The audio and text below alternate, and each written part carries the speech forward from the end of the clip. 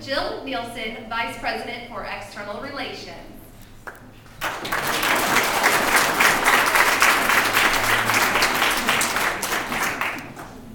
What a joy to see so many former Pemites here today.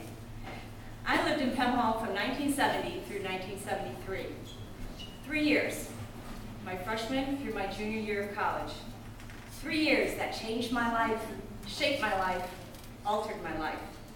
3 years that are still as important to me, as significant to me, as precious to me today as they were 35 years ago. I came to Eastern in the fall of 1970. It was the time of the Vietnam War, of long hair parted down the middle and tucked behind the ears, of bell-bottom pants, the first time that bell-bottom pants were tucked, and of women learning a new way and charting a new path. I was not a member of a sorority. I was a member of a community of women who lived in Pemberton Hall, the Pemites. June talked about her memories of Pem Hall. I remember similar things. Running downstairs each day to check the mail because that was the primary means of communication for us. Sitting on the window seat on the landing to catch the first glimpse of one of my friend's dates. Trying to cook Sunday dinner in one of the kitchenettes located on 2nd or 3rd Old, and that never worked very well. Sitting on the curved couch in the lounge, waiting for the dining hall doors to open for dinner at 5 o'clock. Yes. And we could only eat at Pem, and we could only eat between 5 and 6:30, and if you didn't eat then, you didn't eat. I know, ladies. And the same thing was true for breakfast. You had to get up and eat breakfast early because by 8:30 the doors were closed. Serving as Vice President of Pem Hall Council and getting to move in early, that was a big deal for us. Cutting down a fir tree to fit the lounge area for the holiday season, that's when you could still have live trees, and then realizing it was too big and too heavy to get it back to Pem Hall. So I think we had to go get some of the teaks to help us move it back here to campus. Creating door decks for Halloween and for Christmas. And at the end of each quarter, we were on quarters back then, we had study hour and exam snacks, and the cookies were always great. We scared new freshmen to death with stories of the ghost who lived on the 4th floor of Pem. So the ghost had emerged when I was here. Sometimes if you listen very carefully, you could hear creaking floorboards above the rooms on 3rd Old. So true. Panty raids. Yes, there were still panty raids in the early 70s. And you guys probably don't even know what that is. Running across the street to Ike's for a quarter beer. You know, 50 cents would go a long way for an evening of entertainment. Waiting for the one day each semester that any men would be allowed on the floors, and that included dads. And if men were on the floor, doors were open, feet were on the ground. You think I'm kidding, I'm not. Working as a receptionist at the front desk.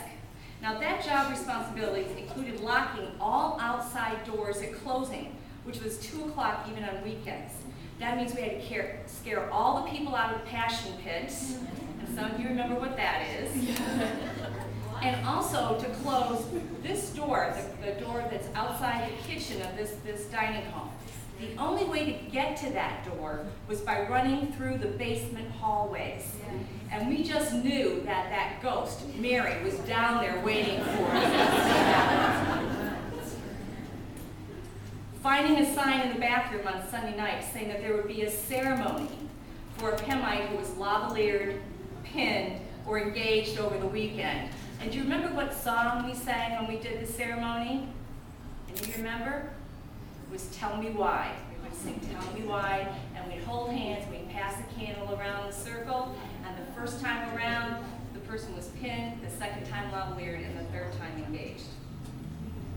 You know, but what was most important to me during my years living in Pem Hall were the friends that I made here.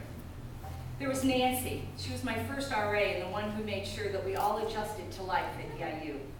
There was Yvonne, the first person I knew who had rheumatoid arthritis and who always managed to have a smile on her face and a sparkle in her eyes.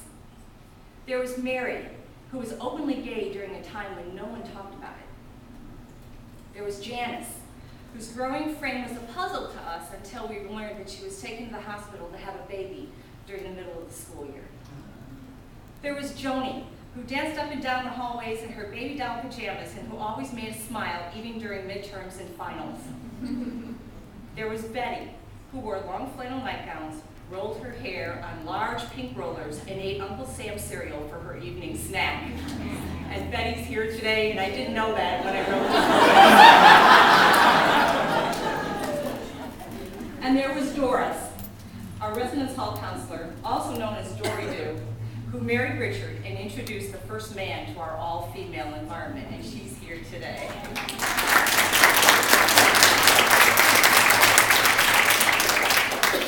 But most important to me were the 4 women who became the sisters that I never had: Sharon, Shirley, Sandy, and Lynn.